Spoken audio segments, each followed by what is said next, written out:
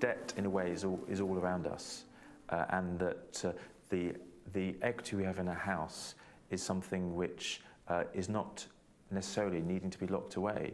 It's something that can be used to help to sort out some of the existing problems we have. I think kids have to, bite the bullet that their parents have needs and costs in later life. And how do you fight back if you've been treated unfairly by the financial industry? Payday lenders have made millions of loans worth billions of pounds over the years. But did the loans companies always play fair? It appears not. Literally, I was the absolute perfect customer. Young, stupid, naive, not a care in the world. I'd just moved into my first house off leave from leaving my parents' house. Ian Wright, given his newfound freedom, quickly began living beyond his means, with payday loans bridging the gap. I was living sort of quite a lavish lifestyle. I had some sort of performance cars which were quite expensive on insurance and fuel. I was pretty much maxing out my credit cards to run my cars, and then using my Wonga loans to then pay my main bills. It couldn't go on forever. In Ian's case, he lost his job, but for a while he could still maintain his lifestyle with the continued help of payday loans. Every time you take out a payday loan, the next time you go to take one, because I've paid it off in a timely fashion, they're going to offer you more. So I think the first time I got offered one, it was say £250. The next time it was £500, and before you know it, I'm being offered £1,000. Payday lenders were coming to the short-term rescue, but Ian no longer fitted the criteria to be given loans. I just lost my job. It would have been quite abundantly clear that they should not have been offering me these sort of payday loans at astronomical rates. The first month, it helped out slightly. It enabled me to pay my bills and keep up to date with my rent and council tax, etc. The following month, though, it made the situation massively worse. I was taking payday loans to pay off payday loans. That was 6 years ago, when annual interest rates on payday loans were a hefty 4,000%. His family stepped in to bail him out. But much more recently, Ian found out he might be eligible for compensation. He applied and got a £300 settlement.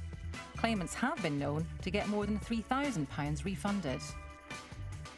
If you haven't been treated fairly, you can complain to the payday lender and ask for your money back. So some examples of not being treated fairly: they didn't tell you how much it would cost. They didn't give you accurate information. They implied or told you that you can keep rolling it over for the long term. And crucially, they didn't check you can afford it. So if you're sitting out there and you've had a payday loan in the past, even if it's long gone now, if any of those circumstances apply, get in touch with the payday loan company and tell them, I don't think you treated me fairly for this reason, and I would like my money back. There are free tools online that can help you do this. And if they don't give you your money back, take them to the Financial Ombudsman. Payday lender Wonga, who Ian got his compensation from, went into administration today. The Consumer Finance Association, which represents the farm lending sector, said they didn't comment on individual cases. They added, "We believe that there is a responsibility on both the borrower and the lender to ensure that taking a loan is the right decision.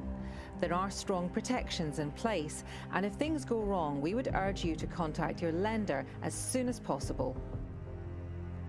When it comes to debt, there's plenty of evidence that much of the UK's population is in the red. The barriers that we have to people borrowing when it's unnecessary have been eroded. When should you borrow? Something that's planned, affordable, one-off and needed. A mortgage, fine. Willy-nilly filling gaps in your income, which many people unfortunately feel the need to do, is never a solution. Because if you haven't got the money now, once you've got a debt and you're having to repay that, what's going to change in a month's time or in a year's time that means you can repay it? Experts say that whatever your level of debt, there is a solution, and that there is never a better time to get advice than straight away. Now, if you'd like more information about tonight's programme or for a list of agencies who provide free advice, just visit our website at itv.com/tonight. Until next time, good evening.